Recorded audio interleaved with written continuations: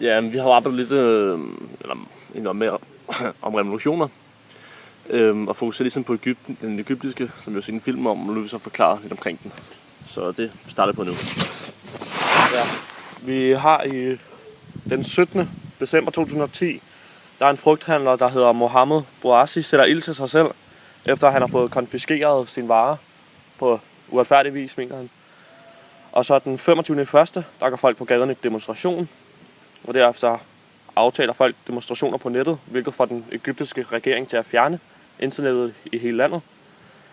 Og derefter siger Mubarak, at han vil genopstille til næste valg. Sure.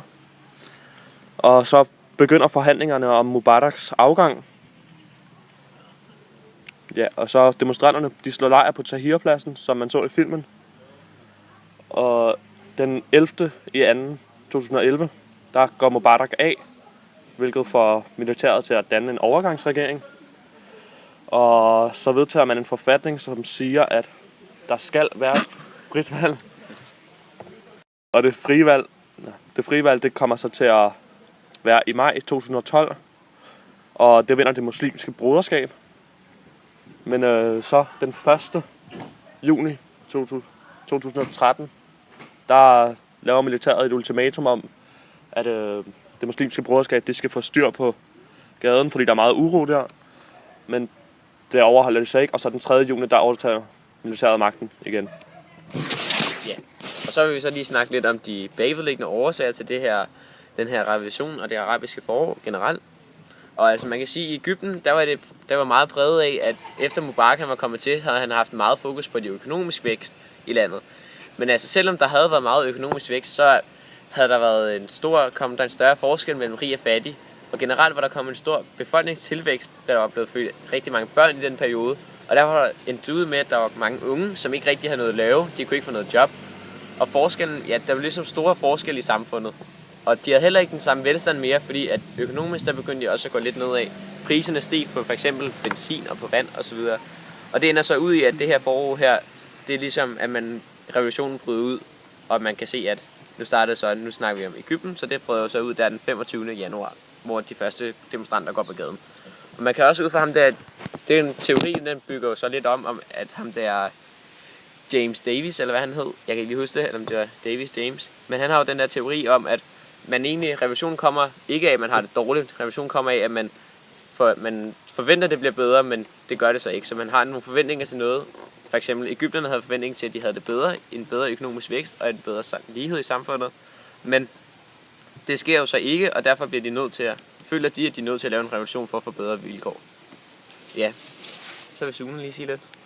Ja, altså helt det her arabiske forår, som man så i hele Mellemøsten, er egentlig meget unikt, fordi det er sjældent, at det er så mange lande samme sted, der går i revolution.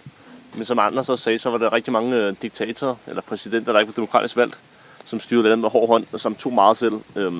Altså, når det startede, som sagt, i Tunesien, der var den sektorige grønhandler, der valgte at sætte det til sig selv. Og da det fortsat til hele, til alle nabolandene og lande rundt omkring, så kan man til at snakke om tendens, og til det, man kalder for arabiske forår. Ja, så vidt man kan snakke om en decideret revolution i Egypten, afhængig selvfølgelig øjnene, der ser på det. De forskellige definitioner, som vi i klassen kom frem til sidste gang, handlede meget om, at det var en selve strukturen i samfundet skulle ændre sig markant. Det skulle ikke bare være sådan en lille ændring. For eksempel et valg ville jo ikke være en struktur, eller en revolution. Hvis det bare var for en borgerlig socialistisk regering for eksempel. Men det skulle ligesom være noget markant. Og det skulle ske, og det skulle ligesom være over en længerevarende periode. Altså noget, der ligesom ændrede samfundet gennem tid. Så det man kan se i Egypten nu, at det var en decideret revolution, synes jeg ikke personligt, at man kan sige. Man kan sige, at tendenserne var der med, at en rigtig stor del af befolkningen ligesom var på samme side om at få sat lederne af. Der var helt klart revolutionlignende tendenser. Men selve det faktum, at der i stadig i dag, godt nok efter et valg, men stadig i dag er en ikke folkevalgt præsident eller leder af landet, gør det ikke er en revolution, synes jeg. I virkeligheden har man bare taget en leder, og så har fået en ny. Der skal godt nok komme valg snart, og hvis det valg ligesom kommer til at fungere i længden, så kan man snakke om det stedet revolution. Så det er ikke muligt, at det bliver det. Men PT synes jeg, man kan sige, at det var en succesfuld revolution. Nu kender jeg ikke så meget til sagen end de andre mellemøstlige lande omkring det arabiske forår. Men der tror jeg, at den er lidt en blanding. For eksempel kan man kigge i Libyen og Syrien. Der er jo udviklet sig det der borgerkrig. Så der kan man heller ikke rigtig snakke om det nu. Hvorimod at Marokko og Tunesien, altså hvor det sådan mere eller mindre startede, kan snakke om, at det måske var lidt mere succesfuldt. Men jeg tror, det kræver en længere overrække for ligesom at kunne vurdere, om det var en succesfuld revolution, eller om det virkelig var en revolution, eller blot et forsøg på det. Det bliver i hvert fald spændende at følge udviklingen.